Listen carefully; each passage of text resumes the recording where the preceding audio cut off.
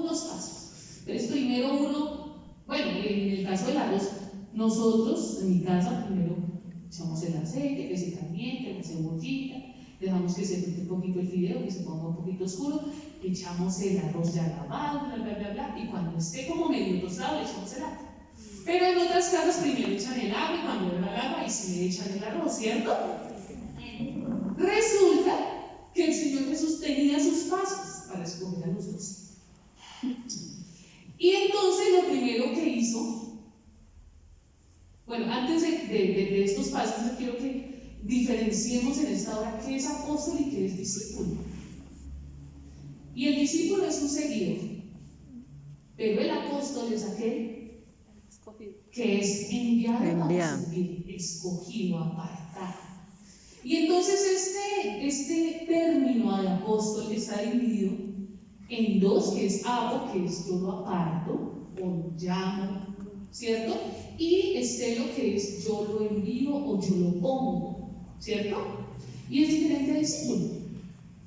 Entonces él, al escoger sus apóstoles, pues obviamente no escogió a todos, sino escogió a unos poquitos para su servicio. Y entonces, para escogerles, lo primero que hizo fue orar. En Lucas 6:12 vemos que él estuvo orando y después de que oró, entonces se decidió a escoger quiénes serían esos 12 que le acompañarían en su servicio. Pero entonces para eso pues tenía que haber unas características, porque pues no podía escoger de pronto hacia al azar. Y las características eran, primero, que le conociera a él, que lo hubiese conocido. Dos, pues que él lo escoja, porque pues es diferente que yo lo conozco pero no me escoge. El otro es que haya sido testigo de su palabra, ¿cierto? Que entregue su vida y que sea disponible para vivir el Evangelio. Y otra característica es que siga ese camino. Entonces, pues para eso tenía que mirar quién era apto, ¿cierto? Entonces se puso a orar y escogió a 12. Estábamos hablando de los hermanos, escogió a 2 hermanos, Simón y Andrés, los 2 pescadores. Simón fue renombrado como Pedro y era de carácter impulsivo. Recuerden que él le cortó la oreja a uno, ¿cierto? Pero era un apóstol fiel. Entonces el Señor Jesús le gustó que era fiel. Y aunque era fiel, pues tuvo sus errores. Negó a Jesús, aún siéndole anunciado que él iba a hacer. Y pues cuando uno le dice por ahí, soldado perdido no muere en guerra, pero pues él, aún sabiendo, le negó porque tenía que cumplirse la palabra. Pero no, cuando le negó, dijo, no, yo no lo vuelvo a saludar, yo me escondo, me voy para otra ciudad más bien. No, al contrario, decidió, a pesar de su debilidad, continuar y servirle y seguir sirviéndole. Y trabajar esa debilidad para perfeccionarse y cumplir el propósito que Dios tenía. Andrés, que era su hermano, también pescador, fue discípulo de Juan el Bautista, o sea, seguidor de lo que y escuchaba lo que Juan el Bautista decía. Andrés fue el intercesor entre Jesús y Pedro, porque fue quien se lo presentó, lo trajo. Mire, he encontrado al Mesías y lo llevó ante Jesús. Entonces fue uno de los que tuvo como esa capacidad de pronto de traerlo y presentarle ese nuevo camino a su hermano, pero también tuvo un defecto, y es que se preocupó en el momento en que habían los 5,000 y no tenían nada que darles de comer, y entonces habían solo 5 peces y 2 panes. ¿Qué? 5 panes y 2 peces.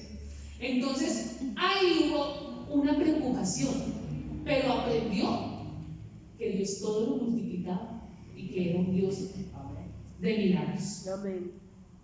Viene Santiago, que era hermano de Juan, los 2 escogidos para seguir al Señor Jesús. Y ellos 2 tenían como título o llaman los hijos del trueno. Deben ser que eran muy amables, les decían los hijos del trueno. Y resulta que Santiago era enojadizo, era iracundo. Y entonces en un momento le dijo al Señor Jesús: podemos orar que descienda fuego y que consuma esa aldea porque no lo recibieron. Y entonces el Señor Jesús: no, esperen, nosotros hemos venido no a destruir, sino, ¿cierto?, a hablar del amor. Pero también era un hombre con sed de Dios. Y entonces Santiago le pide a Jesús que por favor los deje con su hermano sentarse a la derecha y a la izquierda de él en el trono. Era ambicioso, pero era una ambición de querer estar más cerca de Jesús, conocerle más. Entonces tenía también una debilidad, pero también tenía algo bueno. Por eso el Señor Jesús lo llamó. Juan, que era su hermano, también era ambicioso y iracundo, pero dice que fue llamado el apóstol amado de Jesús, ¿cierto? Fue el apóstol amado de Jesús y tuvo la bendición de recostarse en el pecho de Jesús, ¿sí? Y cuando yo me recuesto en el pecho de alguien, no es que sea yo abusivo, sino que es que me ha dado la confianza, ¿cierto? Yo no creo que uno se le recueste en el pecho a cualquier persona, es porque hay confianza. Entonces Jesús le dio confianza a Juan. Viene Felipe, que era pescador, y ese era el discípulo preguntón, todo lo preguntaba. Ya sabía, pero lo seguía preguntando. Y entonces uno dice: ¿pero qué? ¿No sabe? ¿O no conoce? ¿O se le olvidó? ¿O duda? ¿O es de pronto ignorante? Pero resulta que, investigando, sé que Felipe era un hombre letrado. Sí sabía, pero él quería ir más allá de la respuesta. Quería conocer más. Y entonces, estas preguntas que él hacía permitía que los demás también pues entendieran, comprendieran, y por medio de las preguntas de Felipe pues se edificaran. Entonces digamos que eso que era tan preguntón, tan cansón, estaba ahí preguntando todo y dudando de pronto, pues permitía que también fuera para edificación, porque de pronto la doctrina quedaba más establecida.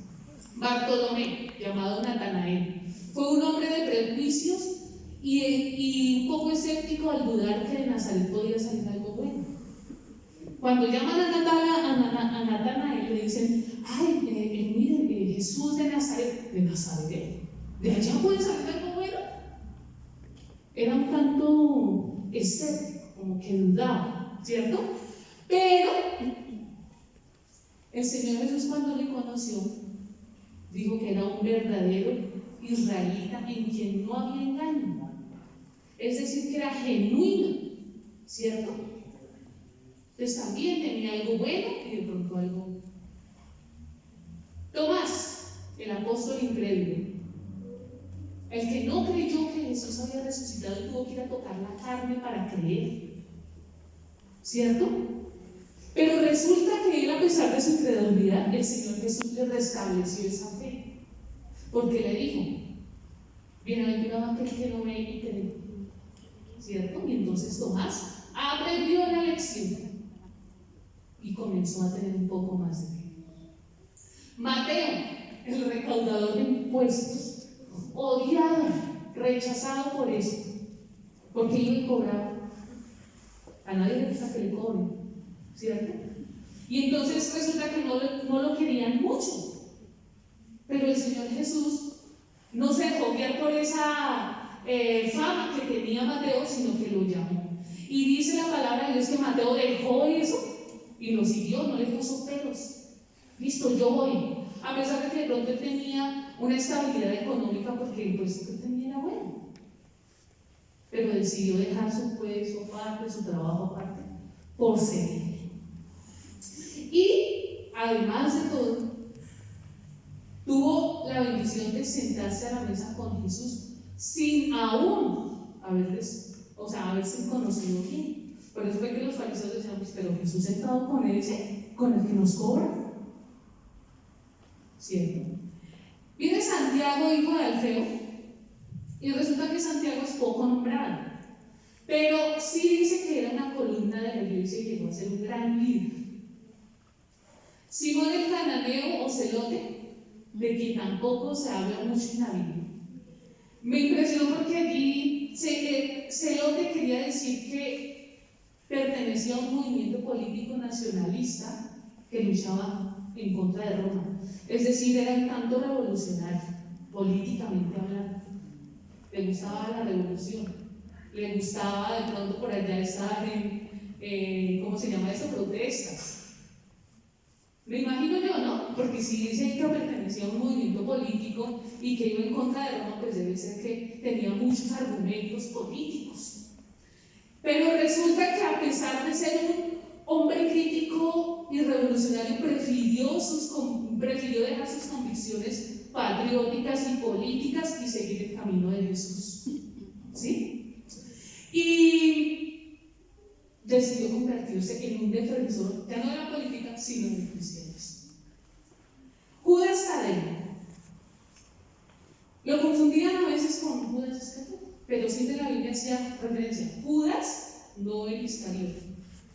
Entonces Judas desconocía de pronto un poquito los planes de Dios y la manera como actuaba, porque le preguntaba a Dios que cómo hacía para identificar de pronto al que creía en Jesús y al que no, al que le seguía y al que no. Entonces ahí cuando dice con el amor, ¿cierto? Y eso lo encuentran ustedes en Juan 14, 22. Entonces ahí dice que los creyentes iban a ser distinguidos porque se manifestaba el amor de Dios en ellos. Y viene Judas Iscariote.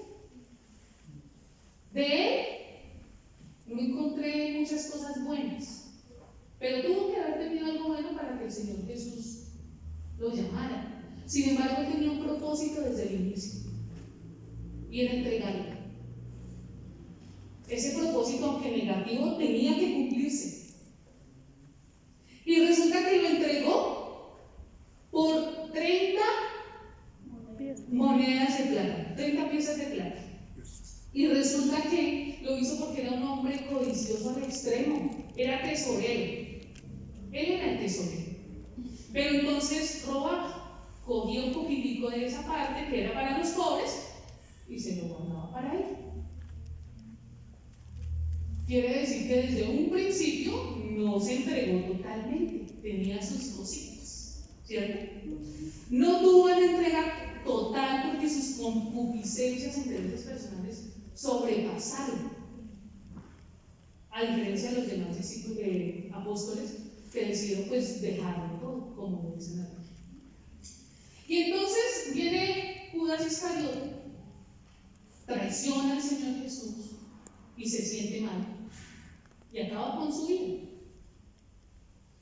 Y aquí es cuando yo quiero que tengamos en cuenta cuando yo les decía que hay ingredientes que no son indispensables. Judas no fue indispensable. Judas decidió no seguir a Jesús y no hacerle caso, y entonces vino Matías. Y esto quiero que lo traigamos a reflexión. Cuando nosotros decidimos cambiar al Señor Jesús por algo, muy seguramente viene alguien que os iba a valorar eso que el Señor Jesús nos quiere dar a nosotros. Y entonces vino Matías, que es el sucesor de Judas. Y su nombre significa regalo de Dios, porque es elegido por los 12 apóstoles para que sea el apoyo. Hay algo que me sorprende aquí, y es que hubo un ingrediente más, un paso más, y es que el Señor Jesús les enseñó a estos 12 apóstoles a servir, no a ser servidos. Que porque iban a ser los 12 apóstoles y escogidos del Señor Jesús, entonces, es que yo soy importante, entonces vengan y me sirvan. No, el Señor Jesús les lavó los pies. Y Pedro se sorprendió. Tú lavándonos los pies a nosotros. No, qué vergüenza.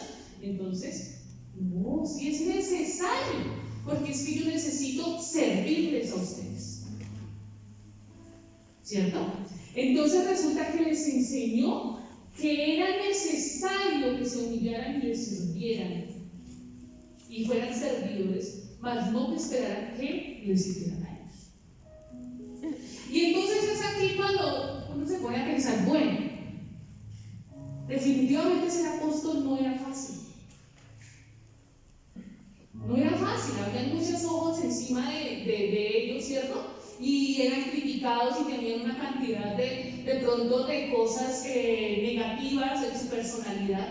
Pero el Señor Jesús los llamó, los apartó para su servicio y decidió glorificarse en ellos. Y me puse yo a buscar, bueno, ¿qué se espera de un apóstol en estos tiempos? Y entonces encontré que un apóstol debe poseer 4 características fundamentales. Una es edificar el reino de Dios. Si usted está aquí y no está dispuesto a hacer ese vaso que va a edificar el reino de Dios, es muy probable que su servicio no sea totalmente agradable para Dios, porque la idea es edificarnos unos con otros, edificar la casa, ¿cierto? Por eso es que a veces nos preguntan, pero ustedes los cristianos les exigen mucho. ¿Es obligatorio? ¿Les prohíben pintarse las uñas? ¿Les prohíben ponerse pantalón? Uy, no, ya sí prohíben. Es que no es prohibir, es edificación. Amén. Para mi hermano. Que si yo me he visto sea decoroso para que no de pronto hacer pecar a mi hermano y que sea más bien de edificación. Que si mi comportamiento no edifica a mi hermano, entonces estoy fallando. Porque es que yo no estoy sola. Eran 12 apóstoles, aquí somos nosotros. No somos 12, somos muchos. Amén. Y si usted quiere ser un apóstol, tiene que edificar el reino de Dios. Otro, no existen jerarquías ni para vanaglorias. Entre los 12 apóstoles no había el más importante. Así es, amén. Entre los 12 apóstoles no había el menos importante. Claro, había unos que de pronto hallaban más gracia, pero creo que eso era íntimamente. Juan se le recostaba en el pecho, pero quizás era que Juan estaba allá, Jesús, venga, ¿en qué le colaboro? Venga Jesús, venga, sea mi amigo, y le mostraba lealtad. Y de pronto Judas Iscariote no. De pronto él era un poco más alejado, ¿cierto? Hasta de pronto pudo haber murmurado.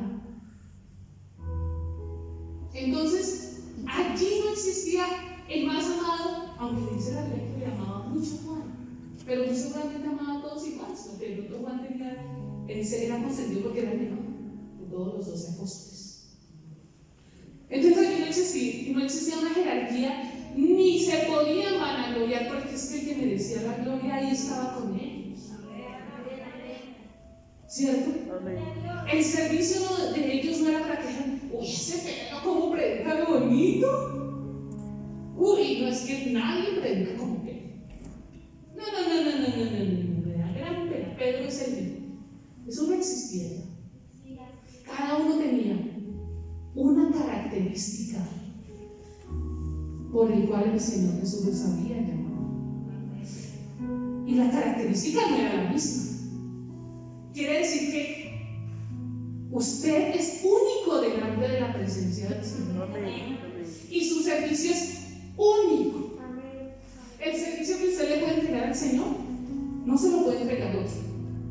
Claro, usted sí es irreemplazable, lastimosamente. Es importante, pero es irreemplazable. Y si usted no valora que el Señor Jesús lo llame, muy probablemente el Señor Jesús llame a otro. ¿No me quiere servir? Tranquilo, si no lo obliga. Venga, Matías, se va. Venga. Judas me cambió por 30 piezas de plata. Venga, Matías, venga, usted no me va a cambiar. Ah, su carrito me cambió porque es que le gusta de pronto algo que no es agradable ante los otros. Venga, él sí se esfuerza por ser agradable ante mis ojos. Otra característica: se debe entregar la totalidad de nuestra vida y de nuestro tiempo. A mí me sorprende cómo cada vez que iba leyendo la característica de cada apóstol decía, y le seguía, y dejó las cosas y le seguía. No se esperaron a que, venga, ¿usted quiere servir? ¿En qué me puede colaborar? ¿En qué horario tiene? No, es que no tengo tiempo, el trabajo, el estudio, la familia, bueno, tantas cosas que a veces uno humano sabe, ¿cierto? Pero es que los discípulos también tenían familia, los discípulos también trabajaban, los discípulos también tenían otras actividades. Y en la Biblia dice que ellos le siguieron, no que le pusieron de pronto un pero. Quiere decir que yo dispongo mi vida y por tanto mi tiempo. Sí, hay cosas que se nos salen a veces, pero es muy distinto que usted haya hoy entregado su tiempo para vivir a que haya preferido de pronto hacer otra cosa, ¿cierto? Viendo sábados felices, no comienza las otras, pero bueno, decidió venir acá, decidió entregar su tiempo, y eso es muy importante para un apóstol, que a pesar de que quizá no tenga, se esfuerce por tener el tiempo para Dios. Y cuarto, el apóstol debe tener un corazón de siervo dispuesto a servir en lo que sea. ¿Solamente para cantar? No. ¿Solamente para barrer? No. ¿Solamente para dirigir? No, eso es lo que sea. Porque servicio es todo. Usted coge un trapito para limpiar las sillas, eso es un servicio. Que no es memoria, pero es un servicio. Y ante los ojos de Dios es hermoso. Usted viene aquí y dispone su tiempo, ese es un servicio. Usted le predica a su hermano, ese es un servicio. Usted trae a un amigo, ese es un servicio. En lo que sea, lo importante es estar dispuesto como el corazón del siervo. Y además de todo, tener una comunión íntima y genuina, pura. Es importante tener esa comunión con el Señor Jesús para servirle. Yo quiero hacerles una pregunta a ustedes, hermanos. O bueno, son varias, anoten muchas. Y yo le pregunto a usted, ¿usted quiere ser un discípulo o un apóstol? ¿Quiere seguir siendo simplemente un seguidor o quiere de verdad servirle? ¿Usted quiere servir o ser servido? ¿Usted está dispuesto a dejar creencias, ideas, excusas, necesidades para ser un digno servidor de Dios? ¿Usted de verdad quiere que el Señor Jesús se glorifique en sus debilidades para trabajarlos como dones? Amén.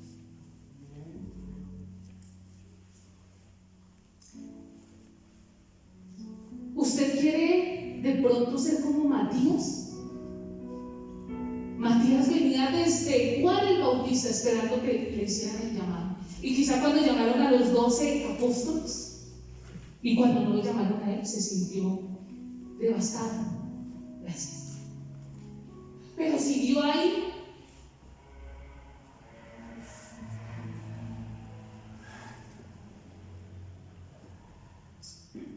De pronto usted en esta hora quiere ser como alguno de los apóstoles que nombré, ¿cierto?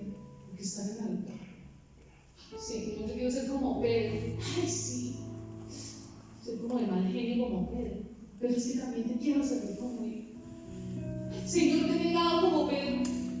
Pero no importa. Yo quiero seguirte, Señor. Señor, he sido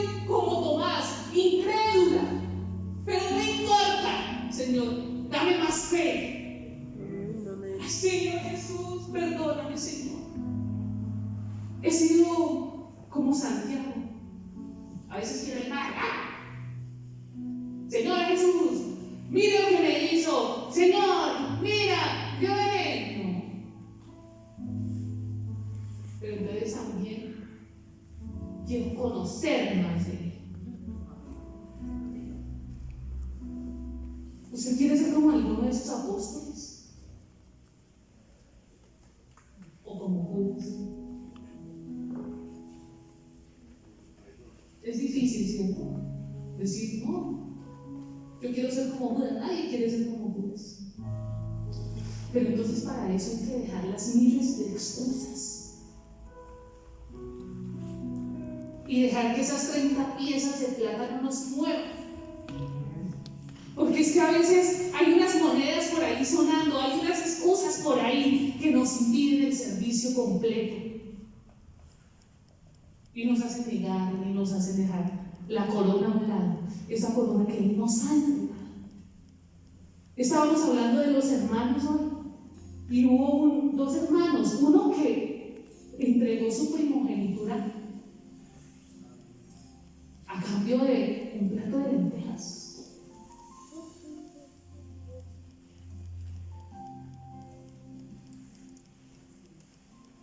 ¿Será que tenemos que esperar ser perfectos para servirle? ¿Cuál de los apóstoles fue perfecto? Ninguno, ¿cierto? En esas debilidades, el Señor Jesús se glorificó. ¡Ay, venga, esa debilidad me sirve! Venga, esa debilidad me sirve. Yo necesito que con esa debilidad usted me sirva. Es que con esa debilidad yo me glorifico. ¿Cuál es la excusa que nosotros sacamos para negarle el servicio a Dios? ¿Cuál es la excusa que nosotros sacamos para negar seguir al Señor? ¿Cuál es la excusa? Para Él no deben haber excusas. ¿Qué tal si usted decide seguir el ejemplo de los apóstoles? Señor, yo hoy me despojo. Tampoco no es que vayamos a dejarlo el trabajo mañana, pero sí sacar el tiempo, dejar la excusa a un lado, dejar de pronto los gustos, negar esa carne por servirle al Señor Jesús. Yo le invito a usted en esta hora que usted piense en qué ha negado el servicio al Señor, en qué ha negado el servirle al Señor. ¿Qué hace que usted no se acerque más? ¿Qué evita eso? Miedo, inseguridades, vanidades, ocupaciones. ¿Qué evita eso? Yo le invito a usted en esta hora que piense y le entregue al Señor Jesús su vida. Que Él le muestre, porque a veces nosotros en nuestro diario vivir no nos damos cuenta. Porque también tenemos pecados ocultos, fallas ocultas. Pero lo importante es que Él se manifieste en esas fallas y trabaje en esas fallas. Que no venga un Matías a quitarnos el puesto, sino que yo valore ese puesto que el Señor Jesús me ha dado en esta hora. Que yo valore que le he conocido. Que yo valore cada cosa que Él hace por mí. Y que por agradecimiento yo le sirva sin condición alguna. Es difícil, pero no imposible. Quizás es difícil dejar nuestra carne a un lado para servirle al Señor, pero la recompensa es grandísima. No tenemos ni siquiera idea, pero hay una eternidad para aquel que se entrega totalmente. Yo le invito en esta hora que usted se ponga de pie y le diga al Señor Jesús: Señor, yo quiero ser un apóstol.